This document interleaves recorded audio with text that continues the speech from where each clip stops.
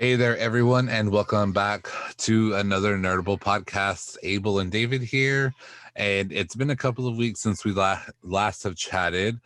We have decided that this podcast, until further notice, will be a bi-weekly podcast, just because news from Funko, Pokemon, YuGiOh, and all that, everything's been kind of slow, and I feel like we can get a better show if we do it every 2 weeks. So kind of just start the show off with that news for you all. Other than that, if I can speak today, David, any recent pickups or purchases? I did buy some more King's Court today, just because I think it's a really good set that's going to continue to go up in value. I think it's like the best set, in my opinion, and maybe I'm being biased because I really, really liked it, but I think it'll probably be the best set in 2021. So far, it really is. I don't know how the rest of the year is going to round up, though. Yeah, so I haven't got any new Pokemon stuff. I got all of my Space Jam Funko Pops, the Space Jam 2 Funko Pops. They all came in, so I got them all. I think I'm waiting on Marvin the Martian. It's on it's still like, it's like on, I think I get it next week. But I have all of those. I got my Psyduck Pokemon Funko Pop in. I got, what else did I get in? Oh, today I pre-ordered this like in February. Schitt's Creek. I don't know if any listeners watch Schitt's Creek, but Moira Rose. It's a Target Con exclusive. I got her. Love her. I'm waiting for my other Schitt's Creek pop to come out next week. I also, today was Funkon, and we're going to talk about that today because there's some drama around that. However, I did get 2 of the 4 that I wanted. I got my Harry Potter one from Books A Million. I ordered that. And then from Hot Topic, I got the little chicken nugget from Hot Topic, for McDonald's. So I didn't get Bulbasaur or Squirtle Diamond exclusives, but there's some drama behind that, so we're gonna talk about that in just a bit. So let's start with some Funko news, since we are talking about Funko. Funko has announced that it has a new philanthropic-driven initiative, Pops with Purpose. So that's going to be tying in Funko Pop characters to causes that are important to employees, Funko fans, and the greater community. The program will kick off through an auction at Funkon 2021.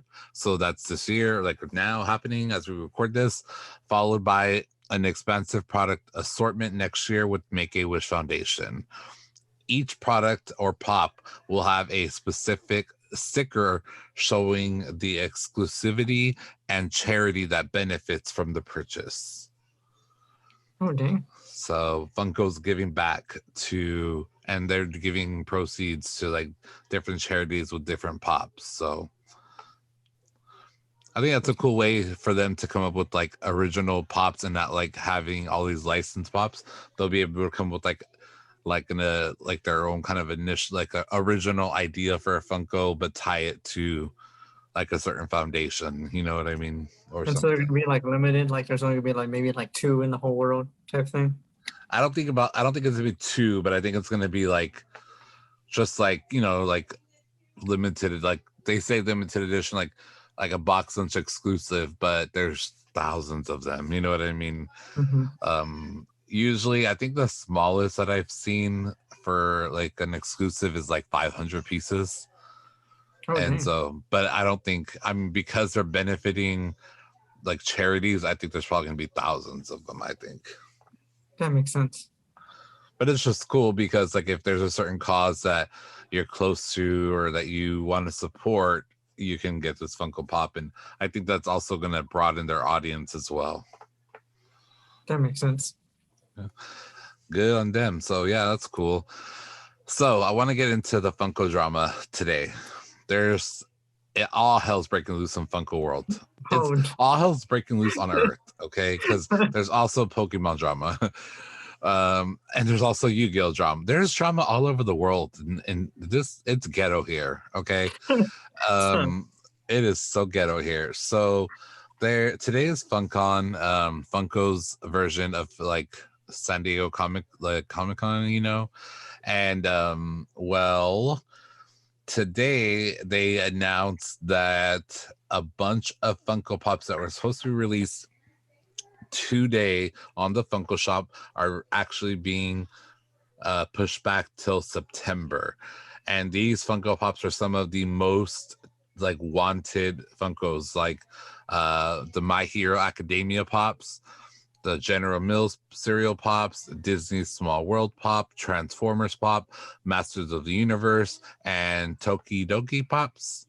They're all delayed till September, and My Hero Academia especially were some of the like most sought after. Like people request to take today off of work to go and get these items, only to be told they are not coming out till next month. Mm-hmm. On top of that, I forgot about Funkon today. I actually had an alert this morning when I woke up, and I was like, okay, I'll be at work, I'll remember. Well, I forgot about it. Thankfully, like I said earlier, I was able to get my 2 from Books A Million and Hot Topic.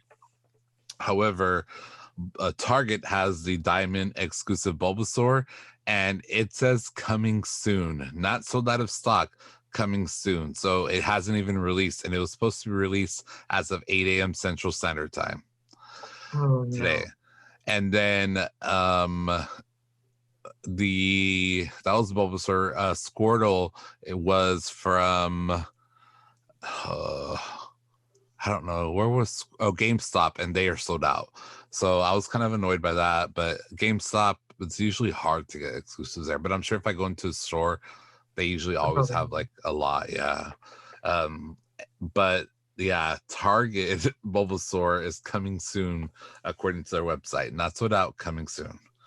So their very first Funkon is a funking disaster. I wonder if it's like they were prepared enough or what happened there. I wonder if it was like miscommunications with everybody. Somebody hopefully got fired. Yeah, I would imagine so. Like whoever has to like communicate with Target and stuff, they probably like. I mean, the GameStop one seems like it kind of went off all right, but I mean, if Target messed up and they're delaying stuff, that doesn't look good. People, they might like lose some trust when it comes to that, at least, you know. Yeah, and I think the ones that I talked about, all of those are like the most wanted, because like Hot Topic had a few, and like on their website as of like 3 this afternoon, like as of recording this, they still had a lot of like different like Funkon exclusives. Like there was multiple, like you could ship to the store, you could ship to your house. There was multiple options to buy multiple different pops. So Hot Topic, like that just goes to show you that like the My Hero, I know that My Hero sells out quickly because I used to work at Box Lunch, and anything My Hero is like gone. I feel like Hot Topic is kind of like, they seem like they always have like enough. Like they don't seem like it ever really sells out at Hot Topic, but maybe that's because not very many people shop at Hot Topic anymore. And because they also get Hot Topic has lost a lot of collectors' trust, because they'll have a Hot Topic exclusive, so everybody goes to buy it, and then months later they restock, and people feel like people have lost like trust in Funko and Hot Topic, because if it's an exclusive, it shouldn't be there shouldn't be restocks of an exclusive months later. That's true. There was recently restocks of a pop that came out 2 years ago as an exclusive. It was the value, I don't remember which pop it was, but it was like on Mercari, it was like over $100 and something, and the day after it released, it dropped down to like $25. Oh, dang. That's terrible. Imagine being that collector. That is like, I mean, I understand why people have lost trust in Hot Topic and Funko.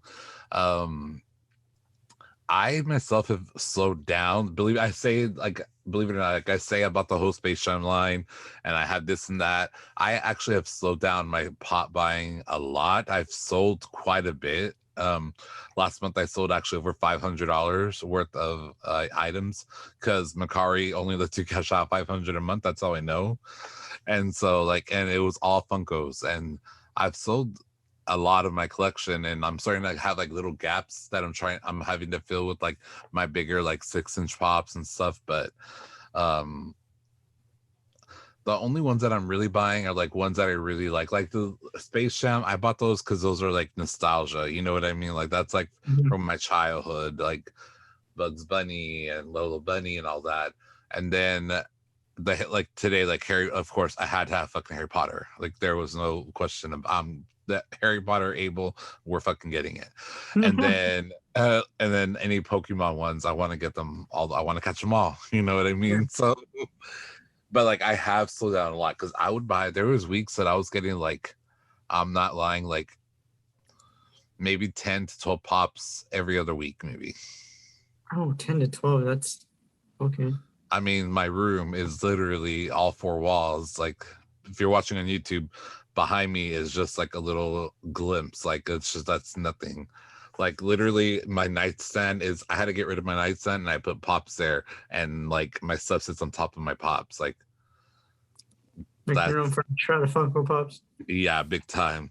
And so so that's that. So there's more drama. Okay, there's just drama all over the universe. Pokemon Go drama. Pokemon Go players are boycotting because of the whole social distancing removal. You know, Pokemon Go removed the social distancing where they made it easier for you to like be like spin at like stops and stuff. You didn't have to be as close to help promote social distancing. Well, that has gone away, forcing people to get closer to the Pokestops. And because of this, Niantic actually announced a legendary Pokemon Sykes. I don't know how to say them. They're from like Sword and Shield. It's a Zekrom and something. I know which one you're talking about. It's Zamazenta. It's the wolves. It's the Sword and Shield wolves. Yeah, so they're going to be coming to Pokemon Go, and then they announced a whole bunch of Galar region Pokemon coming. And so I actually have a list of those. I think they're coming out on August 20th. And I think I have a list for you Pokemon Go players. They're trying to like really push back against this boycott because apparently it's like all over Reddit. It's like a big thing. So Friday, August 20th, starting at 10 a.m. to Tuesday, August 31st at 8 p.m., whatever local time, there's going to be different Pokemon. And I know that we talked about like the first and second and third, like the first, second, and like waves of this. Well, part 3 is going to be Squovit and Wooloo will be appearing more frequently in the wild. You can also look forward to finding Galarian, Darumaka, Trubbish, and more. If you're lucky, you might encounter Phalanx. The following Pokemon will be hatching from 7-kilometer eggs: Galarian Meowth, Galarian Ponyta, Galarian Slowpoke, Galarian Farfetch, Galarian Zigzagoon, Galarian Darumaka, and Galarian Stunfisk. If you're lucky, you might encounter a shiny Galarian Meowth. Ooh, that's so exciting. Shiny Galarian Farfetch'd, shiny Galarian Weezing, or shiny Galarian Stunfisk. That Pokemon is useless. And then let's see. Starting on Thursday, August 19th at 3 p.m., uniforms that appear in the Galar region will be available as avatar items in Pokemon Go. Pick up the gym challenger uniform avatar item for free, which is worn by Pokemon trainers challenging gyms in the Galar region. If you want to show off your Dragon type or Dark type pride, you can purchase Dragon type sport uniform and Dark type sport uniform avatar items in the shop. Starting on Friday, August 20th at 10 a.m., event exclusive gift stickers will also be available. Pick them up in the shop or by spinning photo disc at Pokestops and gyms. The following Pokemon will be appearing in raids on the 20th through the 26th, and that is Galarian Slowpoke, Galarian Farfetch'd, Unknown You, and Galarian Zigzagoon. They will be in 1-star raids. Galarian Weezing, Lapras, and Phalanx will be appearing in 3-star raids. Zaxian, in its Hero of Many Battles form, will be appearing in 5-star raids. And then Mega Beedrill will be appearing in Mega Raids. You can Mega Evolve Beedrill for an advantage against Zacian in its Hero of Many Battles form. Interesting.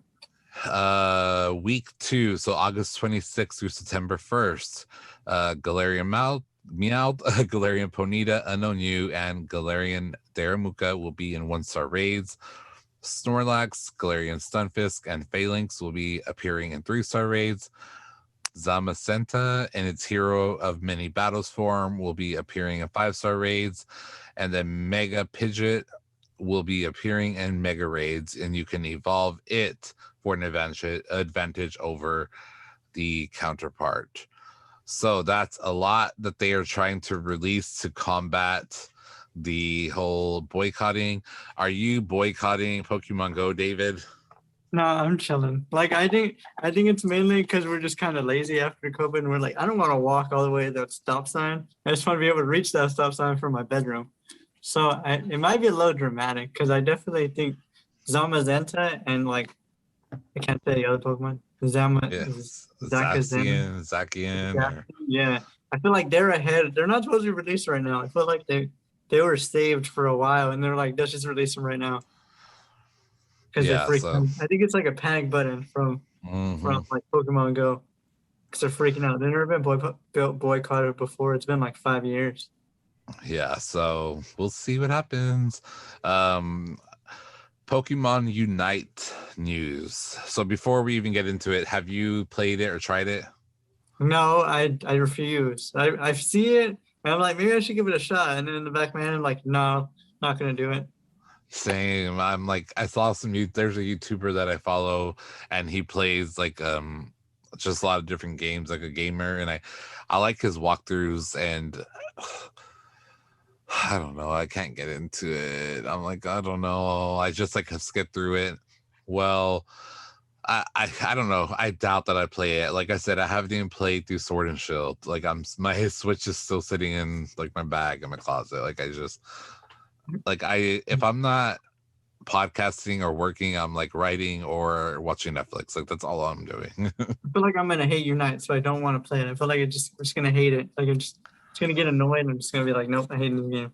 It's too like not Pokemon like. It's kind of like, I don't know.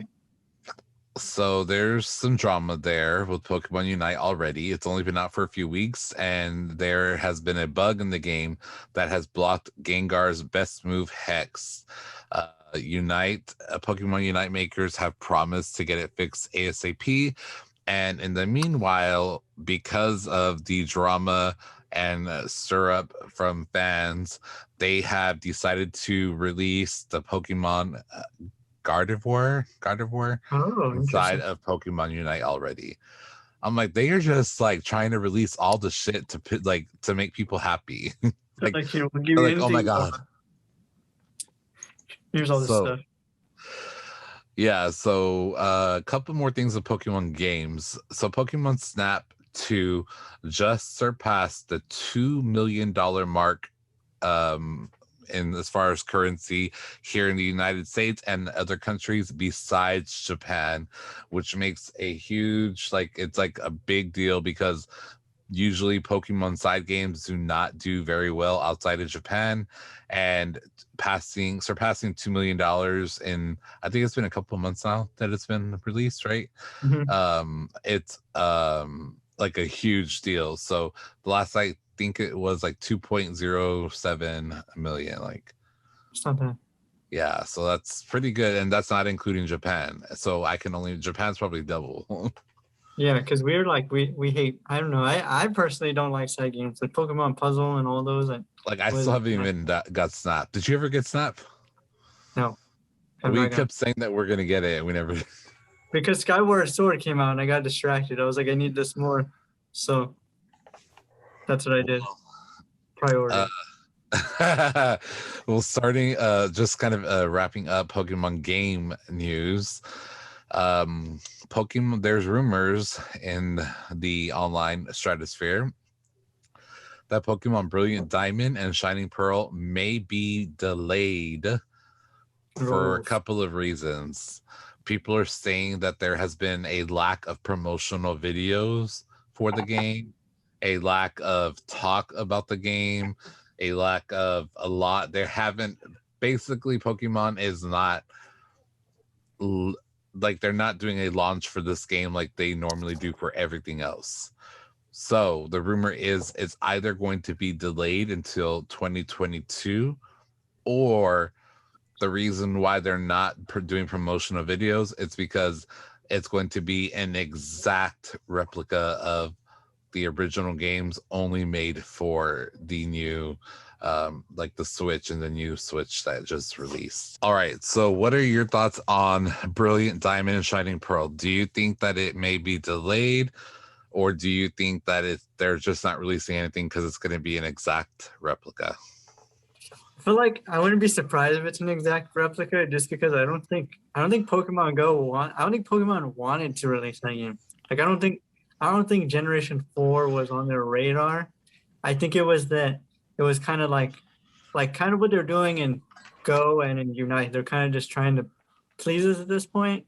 And it's been like 2 years since everyone's been asking to remake Diamond and Pearl.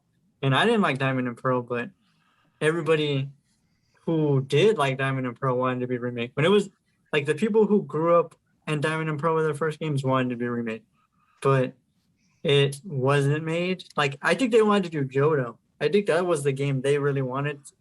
And people kind of forced their hand. So I think they're probably just putting it out just to put it out. Their like heart's not in it, and they're like not really about it. They're just like, yeah, we're just gonna put it out. So I don't think it'd surprise me if it was the same exact game at all. Yeah, I think it's going to be the same exact game, especially because I think a lot of their promotional stuff's going to be for the Legend of Arceus or Arceus. Yeah, that's their game. That's the game they're proud of. That's the game I think they really want to do, and like Diamond and Pearl just kind of pushed on them. Yeah, I think Diamond and Pearl are being made to just get some extra sales for the holiday season. For sure. I think maybe not even then. I think they're just doing it because people wanted it. I think like they probably didn't want to do it. It probably would have been perfectly fine if it was just Arceus by itself. I think they'd be okay with it. I know. Diamond and Pearl is so stupid. Nobody played those games. I hated it. I did not like it. I would rather. Wasn't there one called like Pokemon Crystal or something too? Yeah, Pokemon Crystal. That was that was after Gold and Silver, like, right? No, it was Platinum. It was Platinum. It's the one that came with Diamond and Pearl. Okay, but before those, like old school Game Boy. It was Gold, Silver, and Gold, Silver, and Crystal. Which was after Pokemon Yellow. Yellow, Red, and Blue. And then... That's throwback. Yeah. Remake Pokemon Crystal. They just skipped Johto. They were like, no, we're just going to skip Johto and just skip... I think they also skipped Generation 3, right? And they just went straight to Diamond and Pearl. Yeah. Like one of the worst. One of the worst. So yeah, anyways, if you want that game, I don't know you. So yeah, let's I want to talk about this. This pretty cool because the state of Indiana is having their Indiana State Fair, and there's a local game shop there that is having a Pokemon card scavenger hunt, and they hid Pokemon cards throughout the city that they're in, I guess, and the value of the cards that they put out is worth over $10,000. Oh, okay, they're out here. Who the fuck wants? I want to go to Indiana now. I never wanted to go to fucking Indiana, and now I want to go to Indiana. See, I could never. I would feel like saddened to like hide cards of that value somewhere. I mean, I could do it, but I would think I would be scared. I don't necessarily think that the value. I think that they probably just put like a lot of fucking cards out to, you know what I mean? So probably a lot of decent like $5 cards, $10 cards, but I doubt they're gonna go and risk like nature ruining a Charizard. That's what I'm saying. Unless they put them in safe spots, you know, like Yeah. they're like in a store, and like you have to say a word, and the guy will be like, "Oh yeah, here you go." Mm-hmm. So I don't know. I want to go to Indiana so I could play that, be a part of that experience. But then I'm like, no, I don't like outside. I don't think I would like Indiana. It seems boring. Sorry if you live in Indiana, but it's That like sounds like I'm like it's not like on the coast somewhere, and I want to only stay to the coast. Like I only trust the coast. I don't do that's them. a nice concept though. Maybe I'll do that just to get rid of every single card in my apartment. Just like here's everything. Go throw them. Just throw them downtown. Yeah.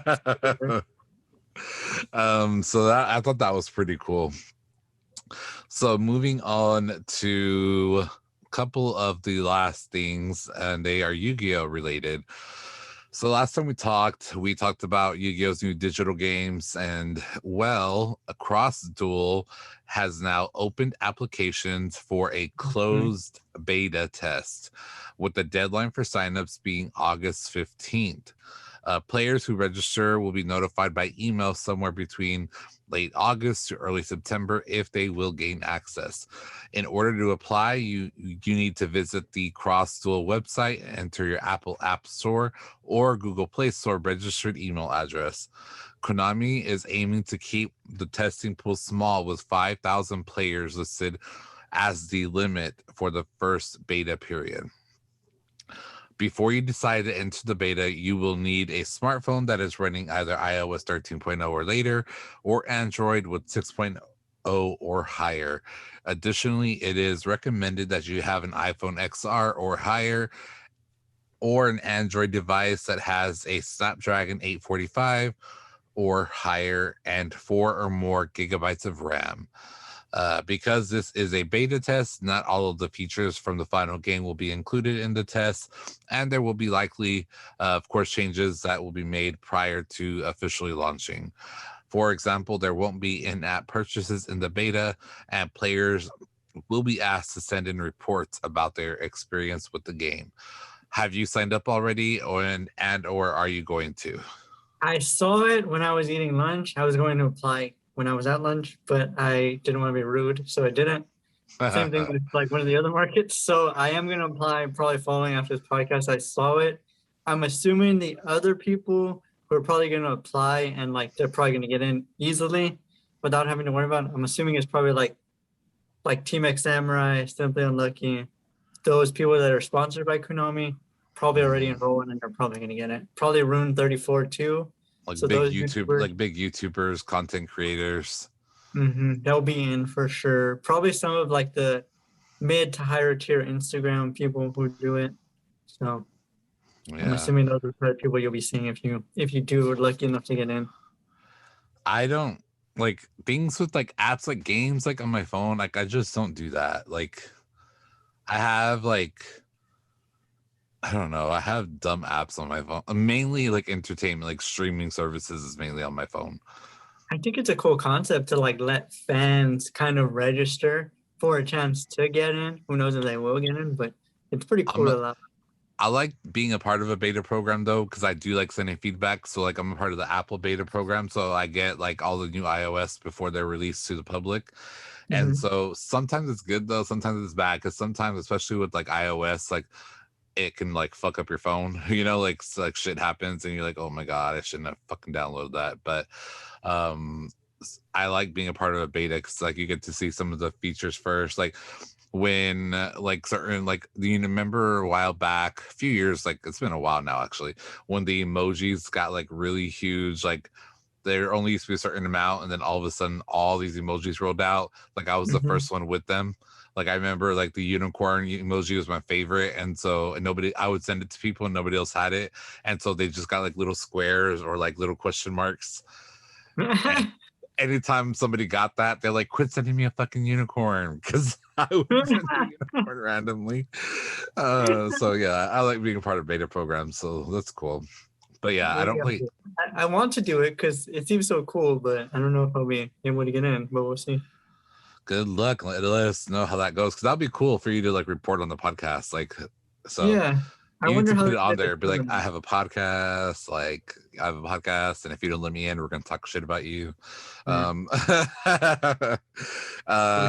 bit of Yu-Gi-Oh news is that this is I'm sorry, Yu-Gi-Oh players, this is fucking ridiculous. This world is so ghetto.